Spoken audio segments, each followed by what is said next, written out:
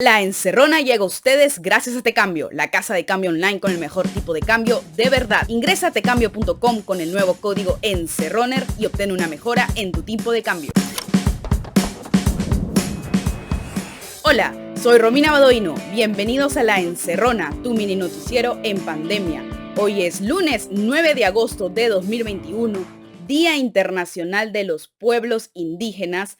Y por eso hoy vamos a hablar sobre cuál viene siendo la situación de los pueblos indígenas en pandemia. Una realidad muy dolorosa e invisibilizada es la violencia sexual que sufren niñas y jóvenes indígenas. Este año, la organización indígena Chirapac publicó un informe sobre la situación de violencia de mujeres indígenas en pandemia, según el cual en el 2020 30 niñas indígenas fueron víctimas de violencia sexual cada mes. También, ¿cómo van las campañas en lenguas originarias para que la población se acerque a vacunarse? ¿Qué esperan de este nuevo gobierno? Conversamos con Tarsila Rivera, activista indígena y presidenta de la asociación Chirapac, quien es también una de las defensoras de los derechos de los pueblos y las mujeres indígenas más reconocidas de Perú y el mundo. Muchas comunidades indígenas se resisten a recibir las dosis de la vacuna contra la COVID-19, sobre todo por desinformación. Se ha denunciado que las campañas de comunicación no cuentan con la participación de organizaciones indígenas. ¿Cuáles son los problemas que han identificado que están dificultando la lucha contra la pandemia en los pueblos indígenas? La pandemia encontró a las comunidades indígenas y los pueblos indígenas en total situación de abandono en los servicios básicos de saneamiento y sanidad, como todos lo saben. Ahora, nuestras hermanas y hermanos del campo, por un lado, han sabido responder inmediatamente cuando han sido informados acerca de lo que significa esta pandemia, recurriendo a conocimientos propios, a las plantas medicinales, a medicamentos y alimentos principalmente propios de la zona. Ahora, lo que sí tenemos que decir con toda claridad es que ha demorado mucho el acercamiento a las comunidades para responder inmediatamente a este asunto.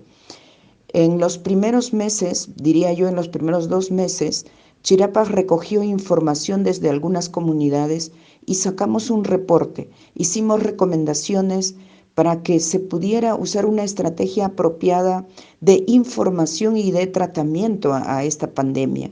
Eso ha dado un poco de resultado porque el Ministerio de Cultura inmediatamente pudo reaccionar, pero hay muchos pendientes en este aspecto. De la población que se identifica como indígena, las mujeres son las más vulnerables frente a los distintos tipos de violencia como el abuso sexual, la trata de personas, el subempleo.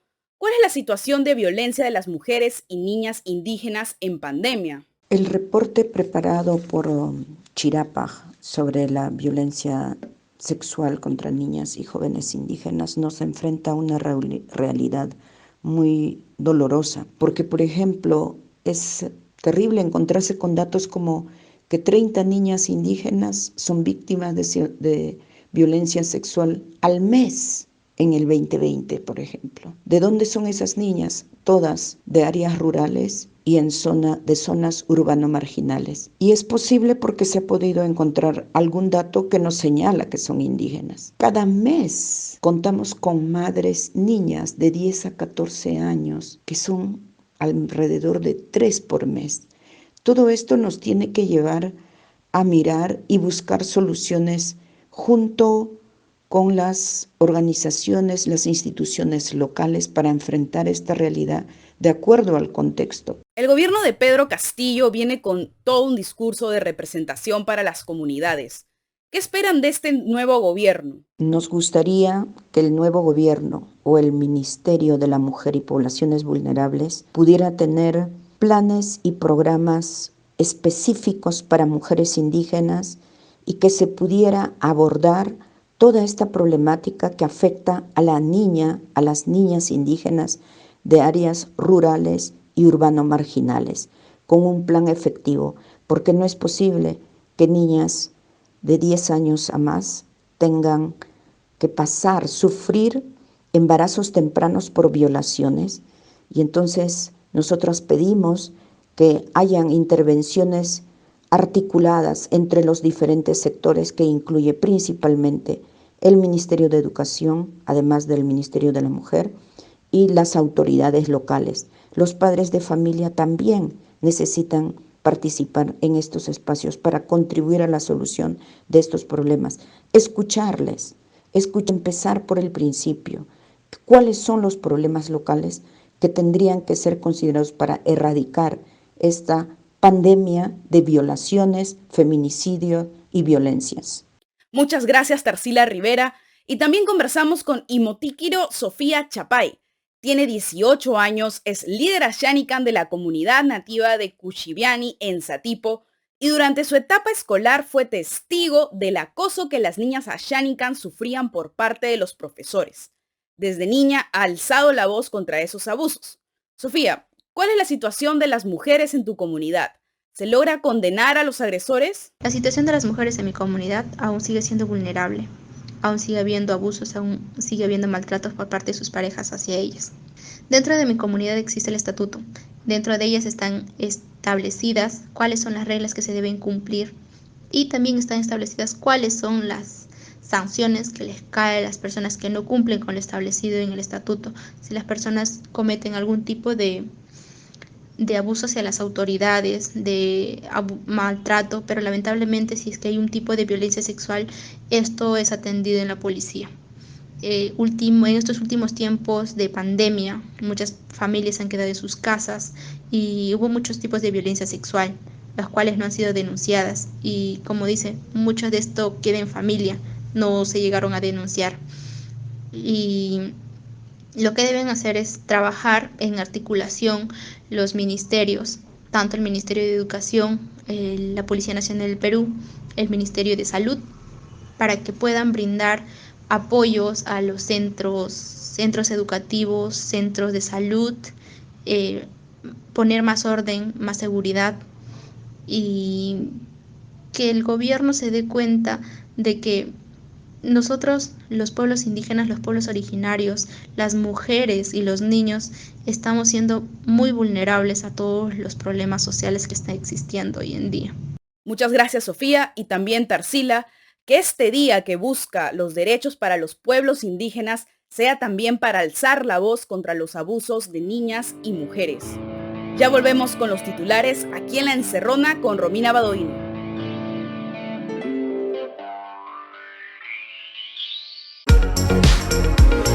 ¿Necesitas salir de casa? Usa Didi. La app de movilidad más grande del mundo ya está en Lima. Todos los socios conductores pasan por una verificación de seguridad al registrarse en la app. Descarga Didi y viaja más tranquilo.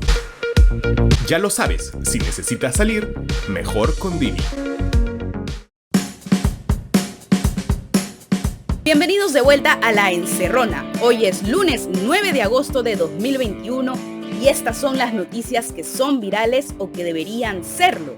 Y el fin de semana, Fiorella Molinelli renunció al cargo de jefa de salud, cargo que tenía desde el 2018 y que renuncia en medio de las investigaciones de la Fiscalía por el caso El Club de las Farmacéuticas, en el que estaría involucrada, tal y como lo comentamos en este programa hace unos días. Molinelli denunció que se trata de una persecución política en su contra y que deja el cargo tras ser objeto de una infame campaña del poder político. Pero ojo aquí, recordemos que las investigaciones sobre las compras irregulares en E-Salud en plena pandemia vienen siendo investigadas por la Fiscalía desde el 2020 y las investigaciones continúan. Tras la salida de Molinelli, el científico Mario Carhuampoma fue designado como el nuevo presidente de E-Salud. Carhuampoma es también docente de la Universidad San Marcos y dijo en su primera entrevista a RPP que seguirá el proceso de vacunación de la mano del MINSA y de llegar a la meta de inmunidad de rebaño de 70 a 80% de la población vacunada. ¿Qué se sabe de Carhuampoma? Según la Unidad de Datos del Comercio, que ha sacado un informe muy bueno del registro de visitas de Pedro Castillo, tema que explicamos en este programa sobre lo importante que es que Palacio de Gobierno haga público el registro de visitas, bueno, El nuevo jefe de salud se había reunido con el presidente Pedro Castillo durante la semana pasada, según el registro de visitas. Ojo, según encontró El Comercio, en el registro de datos del SEACE, Caruapoma tuvo recientes contratos con el gobierno regional de Lima y la municipalidad de Guaya en Ayacucho para la elaboración de ivermectina. Y es que cuando se anunció que Caruapoma asumiría salud, comenzaron a saltar que había hablado a favor de la ivermectina. Incluso, en una entrevista para Exitosa de marzo de este año, Caruapoma no desaconseja su uso y tampoco se rectifica de haberla promovido a inicios de pandemia. Lo que dice es que deja a criterio del médico tratante si amerita o no su prescripción. También creo yo, dentro del ámbito científico hay quienes están a favor y hay quienes están en contra, y los que están a favor es en base a cierta casuística o cierta medicina basada en evidencia. Pero esto, reitero, ¿no? Hay que validarlo científicamente de acuerdo a toda la rigurosidad. Sin embargo, estamos en una situación de emergencia, es un medicamento de emergencia. Yo, como decano del Colegio Clínico Farmacéutico, dejo a criterio del profesional de salud. Por algo los profesionales de salud, ¿no? Estudian tanto la farmacología, la farmacocinética y... Entonces, ¿cuál es su posición sobre la ivermectina? Esperamos que no continúe con el error de la gestión de Molinelli de ir repartiéndola por todos lados, cuando ahora sí hay consenso de que no se debe aplicar en pacientes con COVID-19. Necesitamos un mensaje claro sobre la ivermectina que tanto daño ha causado.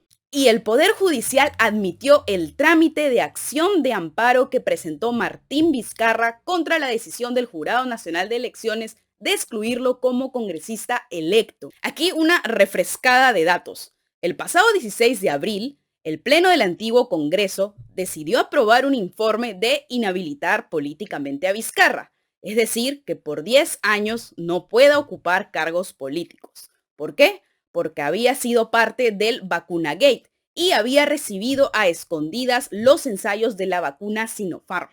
Después, en junio, el Jurado Nacional de Elecciones decidió no entregarle sus credenciales de congresista por el impedimento que le otorgó el Congreso. Pero Vizcarra fue el congresista de Lima más votado en las elecciones de 2021 con 165,000 votos. Así que presentó una demanda argumentando que cumple con los requisitos generales de admisibilidad. Con esta demanda de amparo, lo que busca Vizcarra es que se anule el expediente de la autoridad electoral que le quitó las credenciales para así ejercer como congresista. Por eso, con esta admisión del Poder Judicial, puede estar muy cerca a ocupar un puesto en el Congreso. Y una buena noticia, la cuarta vacunatón superó la meta con más de 735,000 dosis aplicadas del viernes 6 al domingo 8 de agosto. Solo en Lima y Callao, el MINSA tenía la meta de aplicar 300,000 dosis a la población mayor de 38 años y a los grupos habilitados para esta etapa de vacunación.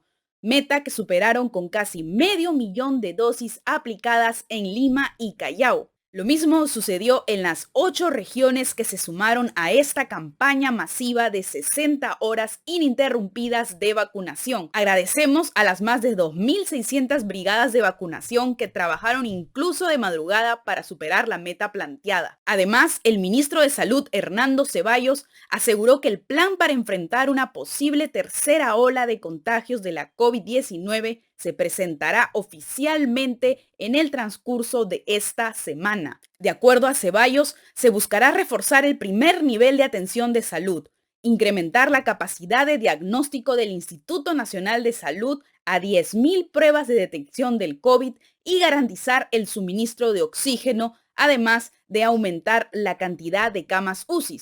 Ceballos advirtió que tenemos alrededor de un mes para protegernos y que hay que seguir acelerando el ritmo de vacunación. Estos fueron los titulares de hoy. Ya volvemos con los cuidados aquí en La Encerrona con Romina Badoino. La Encerrona llegó gracias a Service Piura, la central de carga del Perú. Cuando más nos necesite, nosotros seguimos transportando, con salidas diarias, cumpliendo todas las medidas de bioseguridad. Transportamos hoy, entregamos mañana. Somos Service Piura. Hola otra vez, bienvenidos de vuelta a La Encerrona, tu mini noticiero en pandemia. Hoy es lunes de voluntariado, de mencionar iniciativas para seguir apoyándonos entre peruanos y peruanas. Si quieres aparecer en este segmento, no dudes en inscribirnos al inbox de La Encerrona. Por otro lado, no. Hola Marco y Romina, soy Luis Alberto Flores, ciudadano común y corriente, adherido y miembro de Perú Te Quiero, movimiento en el que lideró la iniciativa Yo Me Cuido, que nació para mitigar el impacto de la segunda ola de COVID, aportando contenido y proponiendo actividades ciudadanas que aborden este desafío de manera integral. Nosotros estamos enfocados en apoyar el proceso de vacunación nacional desde 3 frentes: activación ciudadana, generar espacios de difusión e información y desterrar el impacto de fake news. Les escribimos porque queremos llegar a la meta de 1000 peruanos y peruanas voluntarios que activen y contribuyan a difundir contenido verídico que inspire a ejercer la ciudadanía desde la proactividad, sin sesgo político, pero sí con compromiso social. Todos los interesados nos pueden escribir a nuestras redes Perú Te Quiero en Facebook e Instagram. Para más información nos visitan en estas redes sociales. Muchas gracias. Hola Marco, somos United Peruvian Youth, una organización juvenil con la misión de empoderar a jóvenes peruanos y peruanas para que contribuyan al logro de los Objetivos de Desarrollo Sostenible, en especial al ODS 4, Educación de Calidad, mediante nuestros 3 programas. Queremos seguir creciendo como una comunidad de jóvenes líderes peruanos, quienes a través del intercambio de conocimiento e implementación de proyectos contribuyan al logro de los ODS en sus comunidades y en su entorno. Es por este motivo que escribo mucho a los encerroners, ya que podrían estar interesados en contribuir con sus comunidades. Buscamos a jóvenes peruanos que quieran impactar en sus comunidades contribuyendo con el logro de los ODS. Escríbanos a nuestras redes sociales